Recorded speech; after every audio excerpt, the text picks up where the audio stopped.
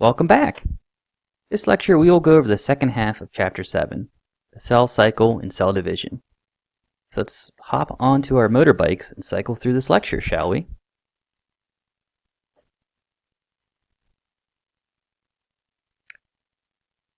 Cell reproduction must be under tight control and is very heavily regulated. If there is no control, single-celled organisms would overrun the environment and starve to death. Multicellular organisms must control cell reproduction to maintain body form and function.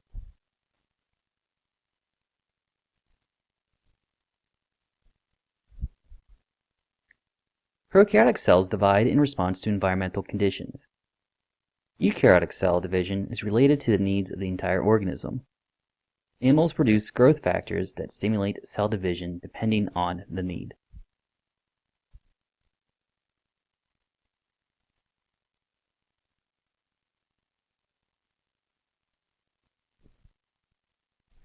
Progression through the eukaryotic cell cycle is tightly regulated.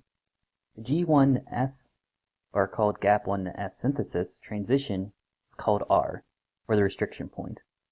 Passing this point means that the cell will proceed with the cell cycle and divide. Here's a diagram of the cell cycle, with G1, S, and G2 representing the interphase, and M representing mitosis that we learned about last lecture. The white line pointed at by the red line is the restriction point, or R. It is between the G1 and S phases. Passing this means that the cell is committed to undergoing mitosis. This should make sense because in the S phase the cell will undergo synthesis of DNA. It would not make much sense to replicate DNA if the cell didn't need it.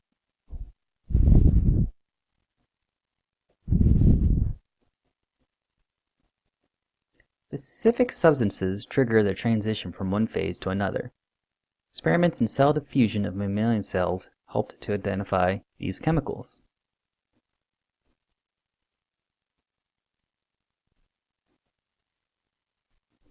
The substances that help regulate the cell cycle are called cyclin-dependent kinases, or CDKs for short. CDKs are activated by being attached to a molecule of cyclin. CDKs add a phosphate group to proteins in the process of phosphorylation, thus activating these proteins that regulate the cell cycle.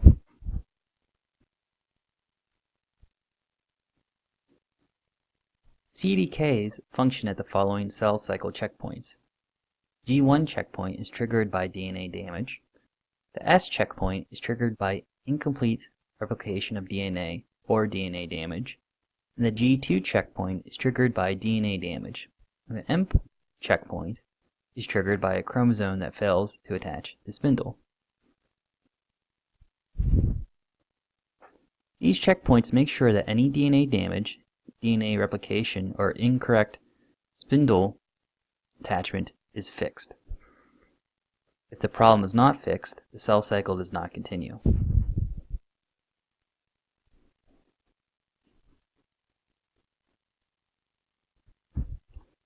Each CDK has a cyclin activated, which is made at the right time by our bodies. After CDK acts, the cyclin is broken down. Synthesis and breakdown of cyclins is important in controlling the cell cycle. Cyclins are synthesized in response to various signals such as growth factors. This diagram is showing a cyclin that is activated in the G1 phase. After its use, it is broken down in the cell by a specific enzyme.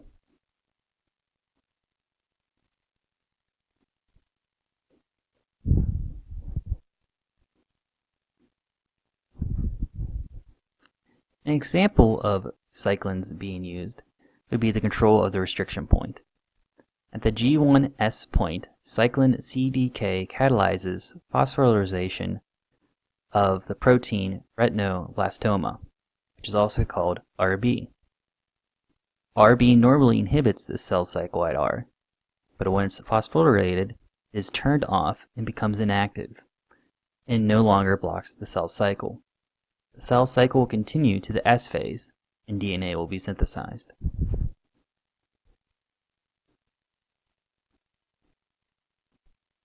Alright, here is our first progress check. Take your time to answer the question and move on with the rest of the lecture.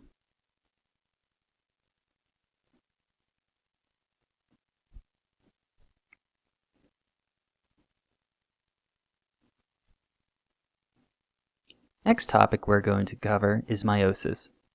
It's similar to mitosis, but it has its own differences, as we'll get to in a little bit. Meiosis consists of two nuclear divisions, but DNA is only replicated once.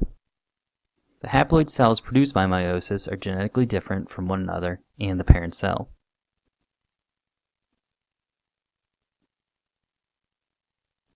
Figure 7.11 is a diagram of mitosis. Notice that there's only one cell division. The daughter cells are diploid and are genetically identical to the parent, as we learned about last lecture. Here's a diagram of meiosis. Within meiosis, the cell undergoes two divisions, and at the end of the first division, the daughter cells are haploid and genetically different. The purpose of meiosis is to reduce the chromosome number from diploid to haploid. Each haploid cell will have one complete set of chromosomes. Also, meiosis generates diversity, as we'll see in a little bit.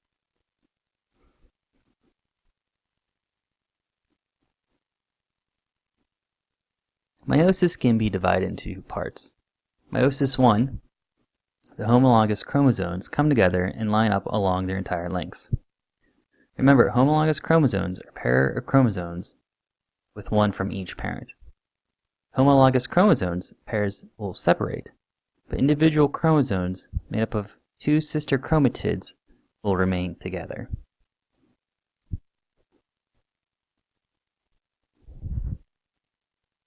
Meiosis 1 is similar to the steps of mitosis, with a prophase 1 and a metaphase 1. However, note that instead of individual chromosomes lining up in the middle, like in mitosis within metaphase 1, you have chromosome pairs lining up in the middle.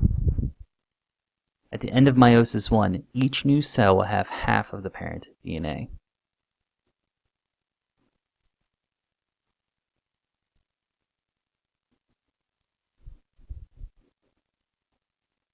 Meiosis 1 is preceded by an S phase, just like mitosis. Again, within S phase is where DNA is replicated. Each chromosome consists of two sister chromatids. At the end of meiosis 1, two nuclei form, each with half of the original chromosomes. The centromeres that hold the sister chromatids together did not separate, so each chromosome still has two sister chromatids. And remember, the sister chromatids are identical to one another.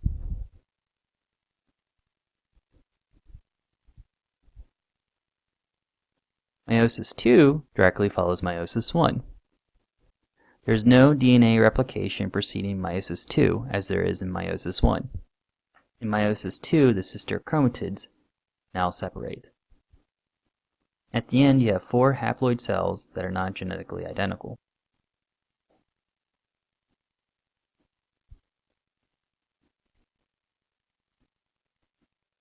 Figure 7.12 shows the steps of meiosis 2. Here you have the individual sister chromatids undergoing the steps, as opposed to the homologous chromosome pairs undergoing the steps as in meiosis 1.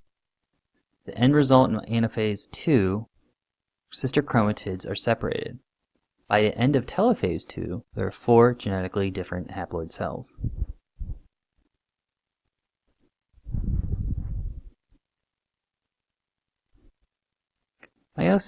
Meiosis also has two other ways that are unique to it that make cells genetically different.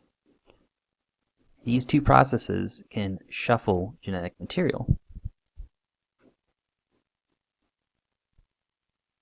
First process is called crossing over. During prophase 1, a homologous pair of chromosomes can form a synapsis, the four chromatids forming what is called a tetrad. Homologous chromosomes are attached at areas called chasmata.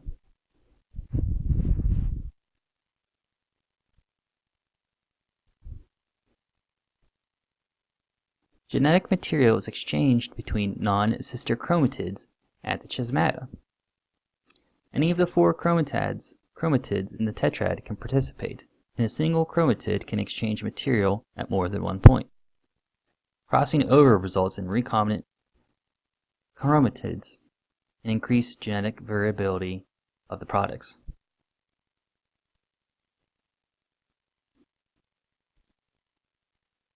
Figure 7.13 demonstrates crossing over. At the top you have a homologous pair of chromosomes. Again, remember, one is from each parent.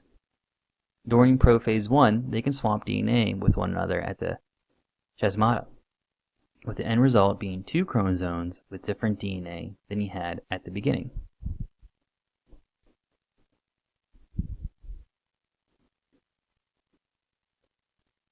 In humans, prophase 1 lasts a relatively long time, the meiotic cycle taking at least a month. It can last up to 1 week, and in females, prophase 1 begins before birth, with meiosis continuing up to decades later in the monthly ovarian cycle.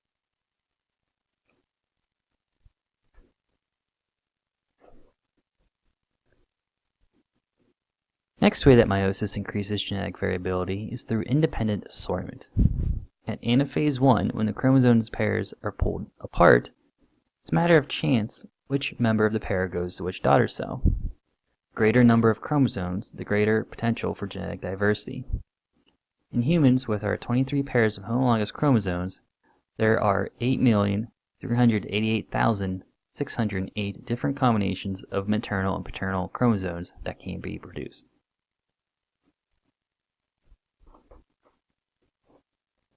Figure 7.4 demonstrates independent assortment. During metaphase 1, you may have all the maternal and paternal chromosomes line up on the same side of the cell, but in reality is going to be a combination of which chromosomes end up on which side of the cell. This makes the daughter cell genetically different from one another.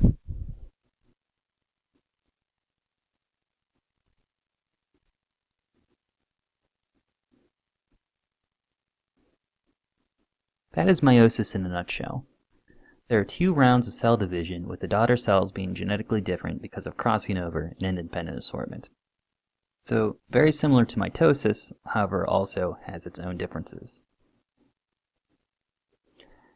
Meiosis is more involved than mitosis, meaning there are more complex parts to it, and as such, errors unfortunately can occur. Non-disjunction is when homologous pairs fail to separate at anaphase 1, or sister chromatids fail to separate at anaphase 2, as illustrated on the top right. This results in an aneuploidy. Aneuploidy is an abnormal number of chromosomes.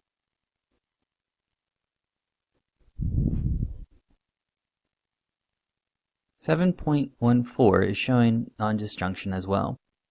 In this instance, the homologous pairs fail to separate, leading to an excess number of chromosomes in the fertilized egg. This is often lethal to the embryo.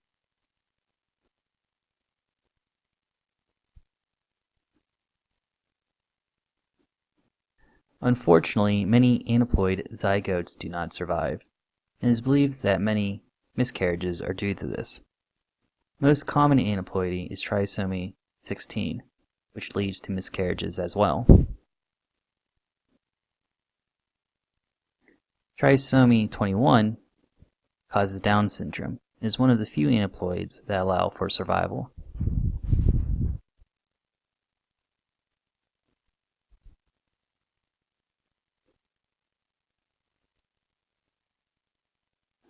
Humans are diploid, as we talked about before. However, there are many cases of polyploidy within organisms.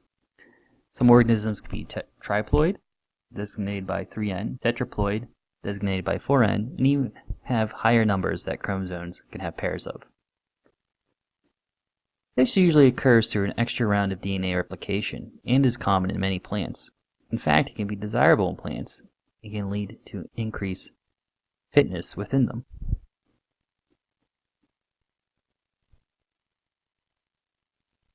Next type of error that can occur in meiosis is what is called translocation.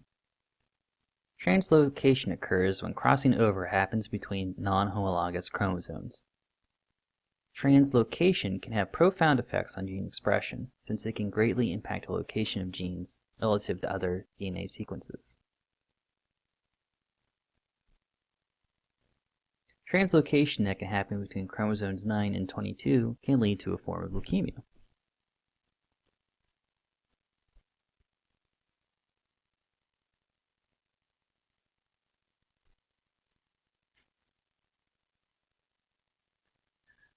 Okay, here is a progress check.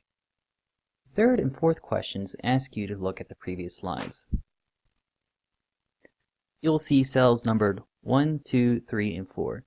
The questions are asking you to find translocation and non-disjunction within this diagram. So do your best to answer these questions and move on when ready. We're in the home stretch of this chapter now.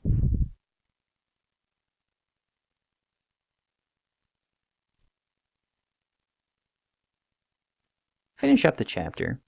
We're going to talk about cell death. Cells can die in one of two ways. First way is necrosis. This is when the cell becomes damaged or starved for oxygen or nutrients. The cell will swell and burst, releasing its contents to the extracellular environment. This often leads to inflammation.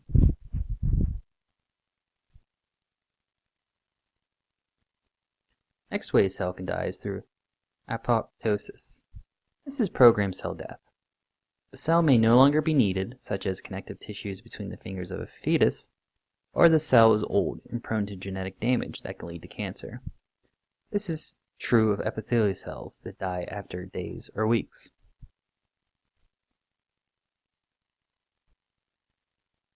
Events of apoptosis are as follows. The cell will detach from its neighbors. DNA is cut into small fragments, and then the cell will form membranous lobes and break into even smaller fragments. Then the surrounding cells will ingest the remains of the dead cells by phagocytosis. All sounds lovely, doesn't it? Figure 7.15 illustrates apoptosis. In the picture on the left, you can see the cell on the right starting to become fragmented as it is dying. So in this process, the DNA is being cut into fragments, and eventually the cell will be broken into smaller lobules and be eaten up by surrounding cells in phagocytosis.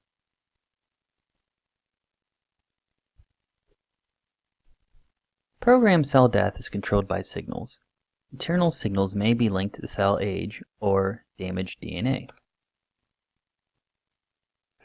These signals lead to the activation of caspases, which begin to hydrolyze proteins within the cell. The cell dies as the caspases hydrolyze proteins of the nuclear envelope in cell membrane.